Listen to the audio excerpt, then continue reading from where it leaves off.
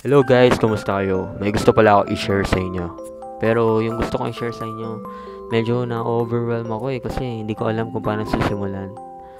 Pero simulan natin dito sa mga kasama ko. Itong mga kasama ko sobrang passionate nila.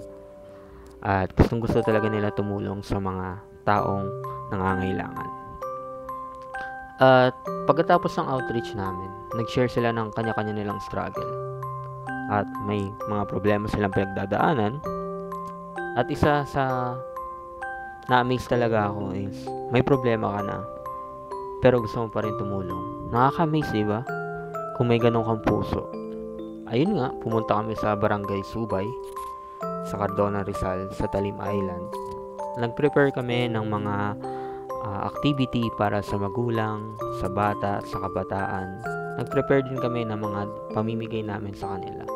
Simple lang naman yung mga binigay namin na program para sa kanila na magbibigay sigla sa araw na yon. At natutuwa kami dahil sobrang responsive nila mula sa kabataan, sa magulang, at sa mga bata. Makikita mo yung mga ngiti sa puso nila. Sobrang saya nila. Talaga na-enjoy nila yung activity. At higit sa lahat yung may mga natanggap sila, diba? Masaya talaga pag may natatanggap ka. Kahit ako pag may natanggap ako, sobrang saya ko. Pero alam nyo ba, pumunta rin kami dito, hindi lang basta tumulong, kundi i-share sa kanila yung mga bagay na hindi mawawala sa kanila. Kasi yung mga bagay na ibibigay namin, na mga binigay ng sponsor, mawawala yan. Masisira, mauubos.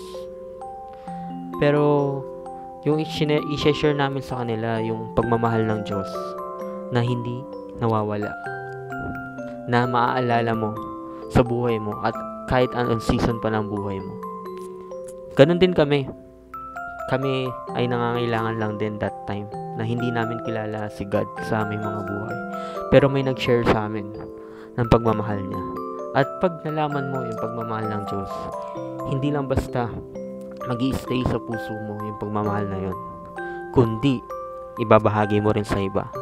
Kaya kami pumunta dito kasi gusto namin ibahagi yung pagmamahal ng Diyos na hindi mawawala sa taong seryosong tumanggap sa Kanya at seryosong nagpakumbaba at humingi ng tawad sa harapan ng Diyos at tumawag sa pangalan ng Panginoong Jesus.